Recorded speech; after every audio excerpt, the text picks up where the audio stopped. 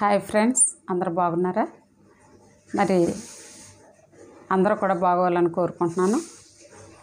నా ఛానల్ ఇంకెవరైనా సబ్స్క్రైబ్ చేసుకోకపోతే తప్పనిసరిగా సబ్స్క్రైబ్ చేసుకోండి. ఎందుకంటే ఎన్నో మంచి విషయాలు, సోషల్ యాక్టివిటీస్ సంబంధించినటువంటి విషయాలు మనం అన్నీ చక్కగా నేర్చుకుంటున్నాం, డిస్కస్ చేసుకుంటున్నాం. కాబట్టి తద్వారా మన విద్యార్థులు ఇంకా మన సమాజం అభివృద్ధి మన ధ్యేయం. కాబట్టి అందరూ కూడా నా ఛానల్ సబ్స్క్రైబ్ చేసుకొని మీ యొక్క అమూల్యమైన కామెంట్స్ కూడా ఇవ్వాల్సిందిగా కోరుకుంటున్నాను. తప్పనిసరిగా లైక్ చేయండి, షేర్ చేయండి. అయితే ఈరోజు వీడియో ఏంటంటే, మరి మనందరం కూడా మన విద్యార్థులు లేదా మన బిడ్డలు చక్కటి భవిష్యత్తులోకి రావాలని కోరుకుంటాం. మంచి విద్యాబుద్ధులు నేర్చుకొని చక్కని అభివృద్ధి సాధించి ప్రయోజకులు అవ్వాలని కోరుకుంటాం. అయితే చాలా వరకు విద్యార్థులు బాగానే చదువుకుంటున్నారండి ఈ కాలంలో. ఎందుకంటే తల్లిదండ్రులు కూడా చక్కగా శ్రద్ధ పెడుతున్నారు, గురువులు కూడా బాగా చెప్తున్నారు, ప్రభుత్వం ఎన్నో ప్రోత్సాహకాలు పథకాలు కూడా వీరికి ఇస్తుంది.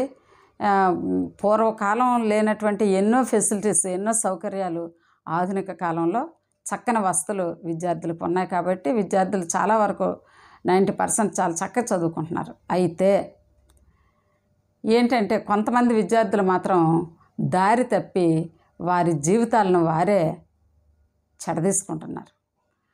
మనం కూర్చున్న కొమ్మని మనమే నరుక్కుంటే ఏమవుతుందో వాళ్ళ పరిస్థితి కూడా కొంతమంది విద్యార్థులు వారు చేసుకునే పనులు వారికే వారి భవిష్యత్తును అడ్డంగా నరికి మరి పారవేసినట్లుగా అవుతుంది. ఏంటంటే మరి మీరు కూడా రీసెంట్గా వినే ఉంటారేమో, నూజివీడు IIITలో విద్యార్థులు మద్యము సేవించి మరి అక్కడే ఆ ఆవరణలోనే ఆ ఖాళీ బాటిల్స్ పారేశారండి. 7 విద్యార్థులు, సెక్యూరిటీ గార్డులు వీళ్ళు కూడా, ఆ సెక్యూరిటీ సిబ్బంది వీళ్ళు కూడా మరి కుమ్మక్కయ్యి ఎలాగో వాళ్ళని మేనేజ్ చేసుకొని మొత్తానికి వీళ్ళు బయటికి వెళ్ళి ఈ 7 విద్యార్థులు కూడా మరి మద్యం సీసాలు తెచ్చుకొని త్రాగి మరి నానా రచ్చ చేసినట్లుగా మనం వింటున్నాం వార్తాపత్రికల్లో, అక్కడ సోషల్ మీడియాలో వస్తుంది. అయితే ఇది చాలా బాధాకరం, ఇది చాలా దురదృష్టకరం.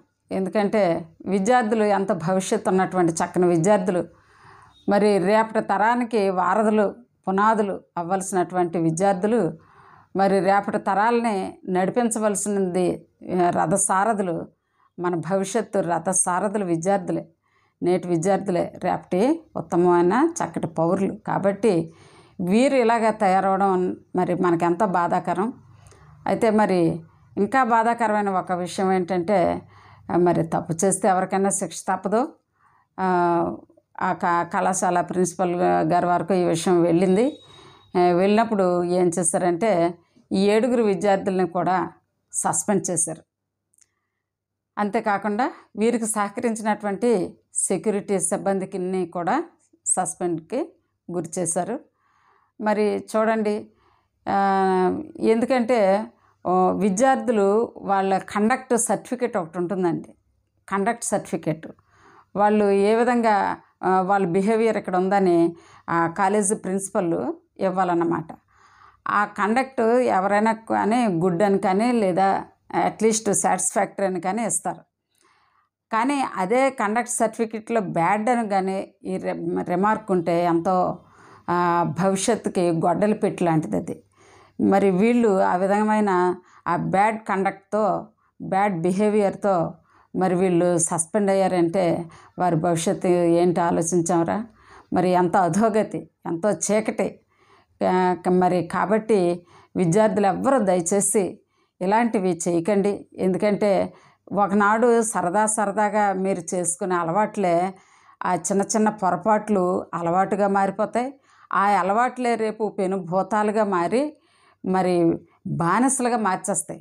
మిమ్మల్ని ఆ వ్యసనాలకి బానిసలుగా మార్చేస్తాయి.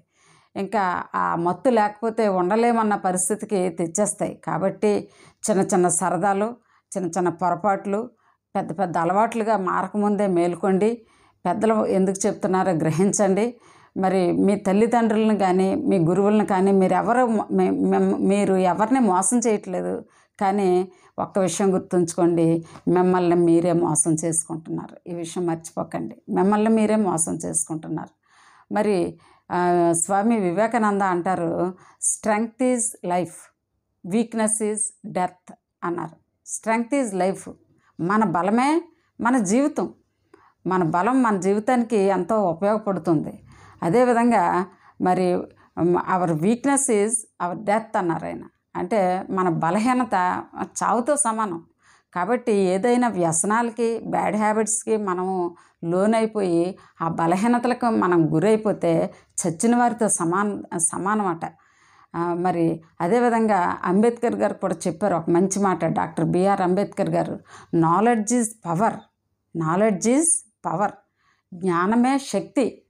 మరి అలాంటి జ్ఞానాన్ని సంపాదించి శక్తిమంతులు కావాలని తల్లిదండ్రులు ఎంతో ఆశపడి మిమ్మల్ని హాస్టల్స్లో మరి అలాంటి మంచి మంచి విద్యాలయాల్లో ఉంచుతుంటే మరి ఈ విద్యార్థులు ఈ విధంగా చేసి భవిష్యత్తుని సర్వనాశనం చేసుకోవడం, చేజేతుల కాలు రాసుకోవడం ఎంతో బాధాకరం.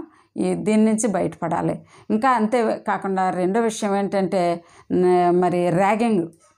ఈరోజు నరసరావుపేట కళాశాల వసతిగృహంలో మరి సీనియర్ విద్యార్థులు జూనియర్స్ని అతి కిరాతకంగా గొడ్డులను బాదినట్టు వారిని ఒంగోబెట్టి మరి కర్రలతో కొడుతున్నారండి.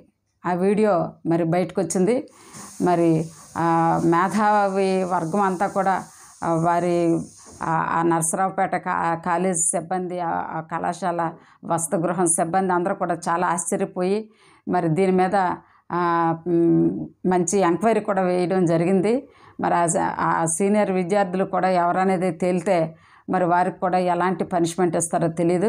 కాబట్టి విద్యార్థులారా, అలాగే విద్యార్థుల్ని కన్న తల్లిదండ్రులారా, మీరు కూడా మీ బిడ్డలకు చెప్పండి. అలాగే విద్యార్థులకి చదువులు బోధిస్తున్న గురువులు అందరూ కూడా బాధ్యత తీసుకొని మన బిడ్డలను మంచి త్రోవలో నడిపించాలి. వారికి మంచి భవిష్యత్తు మీద ఒక స్పష్టతనివ్వాలి, ఒక మంచి బాటనివ్వాలి.